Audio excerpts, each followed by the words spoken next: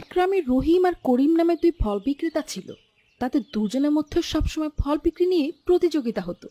তার জন্য দুইজনের মধ্যে সবসময় ঝগড়া লেগেই থাকতো। একদিন,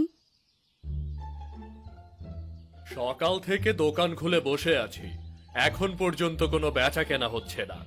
এভাবে চলতে থাকলে ব্যবসায় তো লাল বাতি জ্বলবে। সবই আপনার দোষ। যেদিন থেকে আপনি আমার দোকানের পাশে দোকান দিয়েছেন সেদিন থেকে আমার ব্যবসায় লাল বাতি জ্বলছে। আরে, আমি আবার আপনার ব্যবসার কি করলাম? এ আমি আবার কি করলাম? ন্যাকামো, নিজেই চলতে পারি না, আবার আপনি এসে আমার দোকানের সামনে উড়ে এসে জুড়ে বসলেন। জুড়ে বসিনি আমি, আমার জায়গায় বসে ব্যবসা করি। এটা তো আপনার বাবার ভিটা নয় যে উড়ে এসে জুড়ে বসবো। দোকান খুলে এইভাবেই তারা প্রতিদিনের মতো ঝগড়া করতে লাগলো। আর তারা দেখতে পেল একজন লোক তাদের দোকানের দিকেই আসছে। আপনার দোকানে কি ভালো মানের মিষ্টি আপেল পাওয়া যাবে? আমার 2 কেজি আপেল লাগবে। হ্যাঁ, আমার কাছে আছে। আপনি আমার দোকানে দেশি বিদেশি 2 ধরনের মিষ্টি আপেল পাবেন। তাহলে আপনি আমাকে ভালো মিষ্টি দেখে 2 কেজি আপেল দিন তো। তখন রহিম তাকে 2 কেজি আপেল মেপে দিলেন, আর করিম সেটা ক্রোধের দৃষ্টিতে চেয়ে চেয়ে দেখছে। করিম রাতে বাসায় গিয়ে তার বউর সাথে খাবার খেতে বসলো। খেতে খেতে তার সাথে গল্প করতে লাগলো দোকানে বেচা কিনা নিয়ে। রহিমের দোকানের জন্য আর বেচাকিনা করা যায় না গো। বেটাকে একটা উচিত শিক্ষা দেয়া দরকার, কিন্তু কি করে যে দেই, মনে হচ্ছে দোকানটা আমার ছেড়েই দিতে হবে। কেন, কি হয়েছে? আমার কাছে সব খুলে বলো।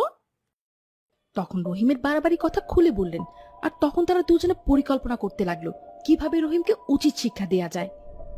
আমার মাথায় একটা বুদ্ধি এসেছে, এবার শুধু রহিম নয়, রহিমের 14 গোষ্ঠীরও উচিত শিক্ষা হবে। আমি যা বলি তা শুধু মনোযোগ দিয়ে শোনো। তখন করিমের বউ সব খুলে বললেন, আর করিম তার বউর কথা অনুযায়ী সকালে দোকান খুলল। আর এইদিকে করিমের বউ তার বোন সুমির কাছে গেল, তাদের পরিকল্পনার কথা সুমিকে বলল। আর সেই প্ল্যান অনুযায়ী সুমি ফলের দোকানের দিকে যেতে লাগলো ফল কেনার জন্য। ওই তো আরেকজন আসছে, মনে হয় ফল কিনবে। আমি এবার খুব কম দামে তার কাছে ফল বিক্রি করব। আরে আপনি আর কত কম দামের ফল বিক্রি করবেন? আমি দরকার হয় ডাবল কম দামের হলেও ফল বিক্রি করব। তারপর করিম সুমির কাছে বেশ কিছু ফল কম দামে বিক্রি করে।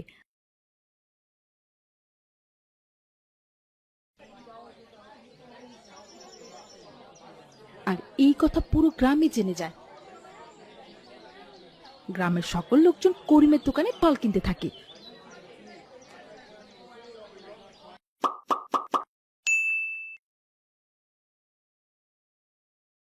হঠাৎ করে পুরো গ্রামের বাচ্চা থেকে শুরু করে বৃদ্ধ যারাই ফল খেয়েছে সবাই অসুস্থ হতে থাকে।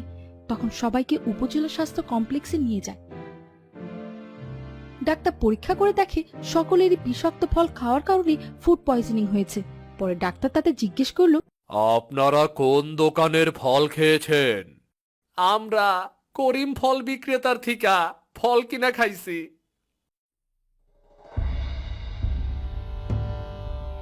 ডাক্তার তখন পুলিশকে ফোন দিয়ে পুরো ব্যাপারটা খুলে বলল। পুলিশ তখন করিমকে ধরে নিয়ে আসে।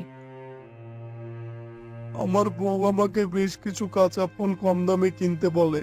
আমি তার কথা মতো কাঁচা ফল কিনে এনেছি, সেগুলো ফরমালিন দিয়ে পাকিয়ে পরে সেগুলো বিক্রি করে।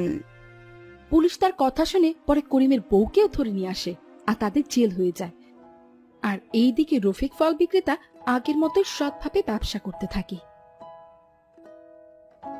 গল্পটি ভালো লাগলে আমাদের চ্যানেলটি সাবস্ক্রাইব করে আমাদের সাথেই থাকুন।